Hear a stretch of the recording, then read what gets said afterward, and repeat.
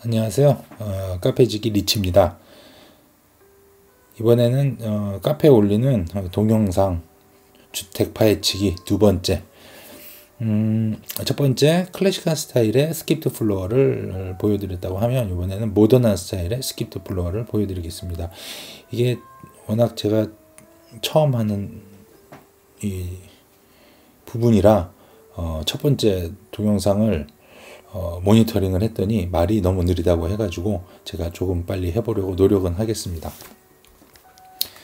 자, 이 대지 같은 경우에는 이제 성남시 판교동의 택지개발지구 내에 있는 필지인데 약 80평 정도 하고요. 주변 필지보다 조금 큰 평형을 갖고 있습니다.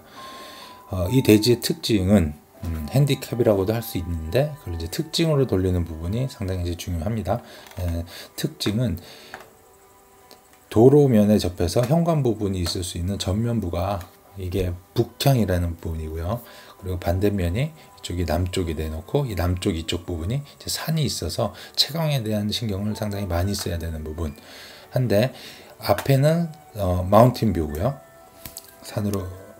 산이 보이는 뷰고요. 이 반대면은 이제 운중천이 보이는 뷰입니다. 그리고 여기는 오픈이 되어 있고, 여기 좀 약간 이제 닫힌 뷰가 되어 있습니다. 그래서 이런 경우가 양평 같은 지역에, 경사도가 있는 지역에 집을 질 때 별장주택이나 전원주택들이 이런 토지 컨디션을 갖고 있는 경우들이 종종 있습니다. 왜냐하면 북측 사면이 뭐 지가가 조금 낮은 관계, 뭐 이런 부분들이 작용을 하겠죠. 남측 사면일 경우엔 지가가 조금 더 높아지는 경우가 있습니다. 그래서 이런 부분들을 이제 햇빛과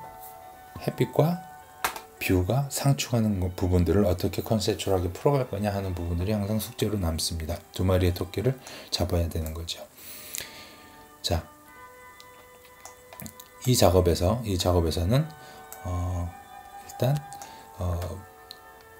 택지개발지구가 이 지역의 택지개발지구는 2층까지 허용이 되어 있지만, 이런 경우에 그 상부층에서 진입이 타 토지에 의해 막혀 있으므로 하부에서, 그러니까 낮은 도로에서 진입을 해야 돼서 부득이하게 3층이 허용되는 부분이라고 하겠습니다. 그래서 그런 부분들을 최대한 이용해서 다른 지형에서는 뽑아낼 수 없는 부분들을 최대한 이용해서 디자인을 하였습니다.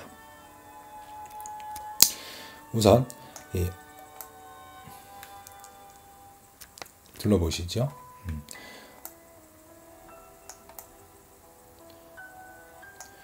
이 남쪽 메스가 아이들 공부방이나 침실이 배치되어 있고요. 이 뷰가 좋은 쪽을 향하여 거실과 위에는 마스터 베드룸을 배치를 했습니다. 그리고 이 두 공간에 그 북향 공간에 대한 핸디캡을 깨기 위해서 이 남동측 창을 배치를 하여서 남동향의 빛을 받아들이는 부분으로 계획을 하였습니다. 그러면 침실에 아침이 빠르게 찾아오는 부분에 있어서도 문제가 없을 거다라는 판단으로 작업을 진행을 했습니다. 그러면 한번 들어가 보시죠.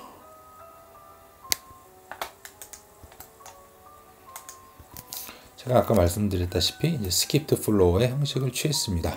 왜냐하면 일단 두 공간의 프라이버시 문제도 있지만, 이 레벨을 극복하기 위한 부분이었습니다. 여기서부터 이 상부까지 올라가는데 약 4m 정도를 올라가야 되는 부분들이기 때문에, 그 높이의 차를 이용해서 수직 이동하는, 그러니까 4m면 한 계층 반에 가깝기 때문에 수직 이동을 한 피곤함을 분산시켜주기 위한 의도가 굉장히 컸습니다. 일단 동선에 대한 설명을 드리겠습니다. 여기서 현관에서 진입을 하고요. 주차가 이제 배치가 됩니다. 그리고 여기가 이제 제가 잘 쓰고 있는 신발 창고가 되어 있습니다. 여기는 신발을 넣고요. 여기 안으로 들어가면 이제 골프채 등을 넣는 배치를 하고요. 주차장에서 들어오는 부분, 이런 부분들이 사실 평면을 구성할 때 좀 중요하게 생각해야 되는 부분이라고 생각을 합니다. 지하 주차장에서 현관을 메인 현관과 한 번에 사용할 수 있다라는 부분들이 상당히 중요하죠. 왜냐하면 이 주차장에서 올라가는 부분과 현관과의 어떤 진입이 만나지 못한다면 신발을 이렇게 들고 다녀야 되는, 아니면 들어왔던 대로 꼭 나가야 되는, 그래서 꼭 이렇게 한 공간에서 맞춰질 수 있도록 설계에 신경을 많이 써야 된다라고 생각을 하고요. 이 부분이 이제 보일러실이 되겠고요. 이런 것들이 이제 요새 주택 부분에 필요한 것이죠. 택배함 같은 것들 이렇게 배치를 했습니다. 그래서 그리고 외부 공간에 한 배려가 있다라고 하면은 이제 이쪽 택지 개발 지구에서는 바퀴 달린 것들을 굉장히 많이 사용하시는 경향이 많이 있습니다. 그래서 이렇게 자전거 가족들이 탈 수 있게 이렇게 비가 안 맞게 보관할 수 있는 부분들을 배치를 했고요. 그래서 들어가서 중문을 열고 또 혹은 이쪽에다 신발을 벗고 이렇게 돌아서 들어가게 될 경우 이제 계단을 이용해 가지고 다목적실로 들어가게 됩니다. 다목적실에서 그 발코니 창을 통해 가지고 외부 공간으로 나갈 수 있고요. 이건 현재 건물 밑이고요. 자쿠지나 이런 것들을 배치하고 건축주의 의도에 따라서 샤워실을 배치를 했고요. 여기는 외부 공간으로 인식이 되는 것이고요. 폴딩 도어를 사용해서 겨울에도 노천탕을 사용할 수 있게 그렇게 했고, 수공간을 배치하고, 여기가 이제 천장이 보이는 부분이 이제 건물이 없는 부분이 이만큼 배치가 됐기 때문에, 이만큼 건물이 없는 부분이 배치가 되기 때문에 선베드를 놓고 이제 외부 공간을 좀 즐기는 부분들로 구성을 했습니다. 한번 전체적으로 보고요. 지하 아무래도 이게 반지하긴 하지만 다 땅에 묻혀 있는 관계로 사실 이제 묻혀 있는 부분에 대한 월은 더블로 쳐서 이 안에서 어느 정도 공기가 좀 흐를 수 있도록 신경을 써줘야 지하가 습기가 안 차는 사용할 수 있는 지하가 되겠습니다. 그래서 여기서 아까 올라오신 부분으로 계속 이렇게 올라오시면 미음자 계단으로 돌아 올라오시면 4분의 3 정도 올라왔을 때 2분의 1 스킵이 아니고 4분의 3, 4분의 1 스킵이 되고 있습니다. 그래서 여기에 이제 그 거실 공간으로 먼저 도착을 하게 됩니다. 그래서 이 집의 경우에는 이제 벽난로를 소파 옆에 가까이 배치를 하였고, 여기 외부 공간으로 나가게 되면은 이제 장작이나 이런 것들을 보관할 수 있게 외부 발코니를 조그맣게 배치를 했습니다. 그리고 워낙 뷰가 좋기 때문에 이 부분에 대한 투시형 난간과 여기 녹지를 같이 연결을 해서 조그만한 그 발코니 녹지죠. 발코니 녹지를 연결해서 외부를 좀 즐길 수 있게 이렇게 배치를 했고요. 그리고 여기가 이제 서재고, 서재가 이쪽 그 거실과 연결이 되게 디자인을 하였습니다. 이거는 공용 화장실이 되겠고요.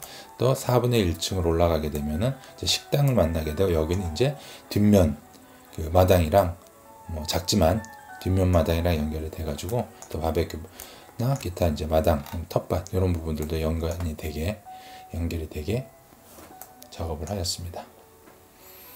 약간 버퍼링이 있었습니다. 그리고 아일랜드 식탁을 놓고요. 서브 주방과 세탁실, 다용도실을 분리를 해서 좀 면적을 좀 많이 줬습니다. 이쪽에. 그래서 거실에서 이렇게 주방에서 작업을 할 때는 이제 거실과의 커뮤니케이션이 이렇게 통할 수 있도록 배려를 했습니다. 그래서 다시 한 층을 올라가게 되면 거기서 이제 또 4분의 3층으로 올라오게 되면 이제 마스터 베드룸 존이 나옵니다. 그러니까 뷰가 좋은 쪽을 마스터 베드룸과 거실 쪽으로 배치를 한 겁니다. 그래서 들어와서 양쪽으로 갈라지게 되고요.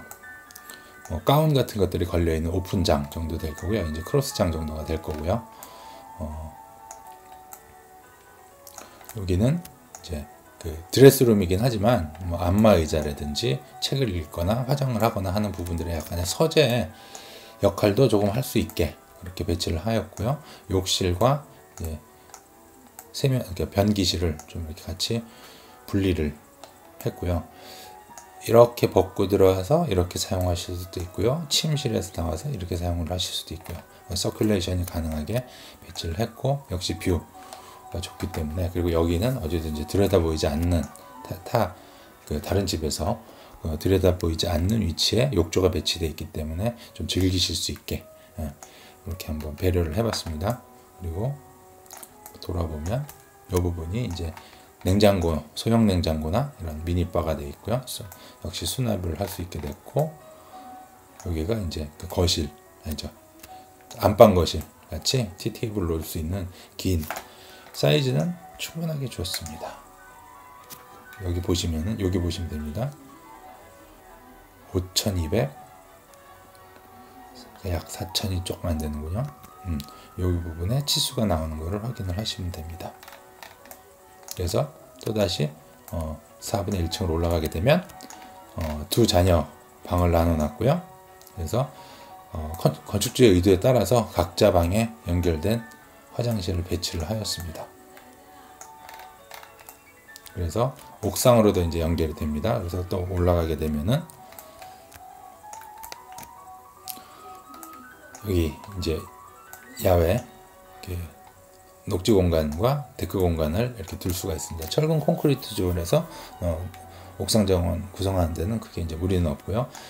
나머지 부분은 경사지붕 처리하고 이 남쪽 향에 따라서 태양광에 맞는 각도를 약 22도에서 25도 사이에 태양광에 맞는 각도를 사용해서 배치를 했고요.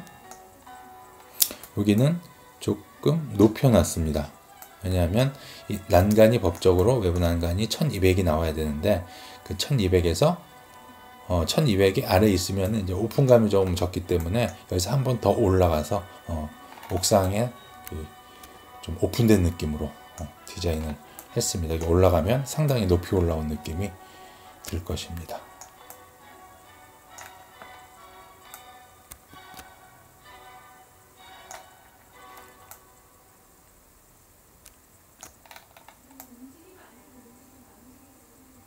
쭉 둘러보시고,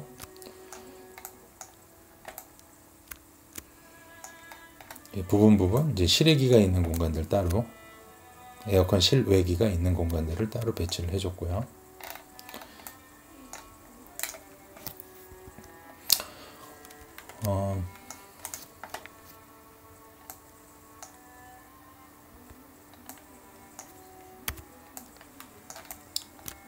다시 한번 쭉 내려갔다가 올라오겠습니다.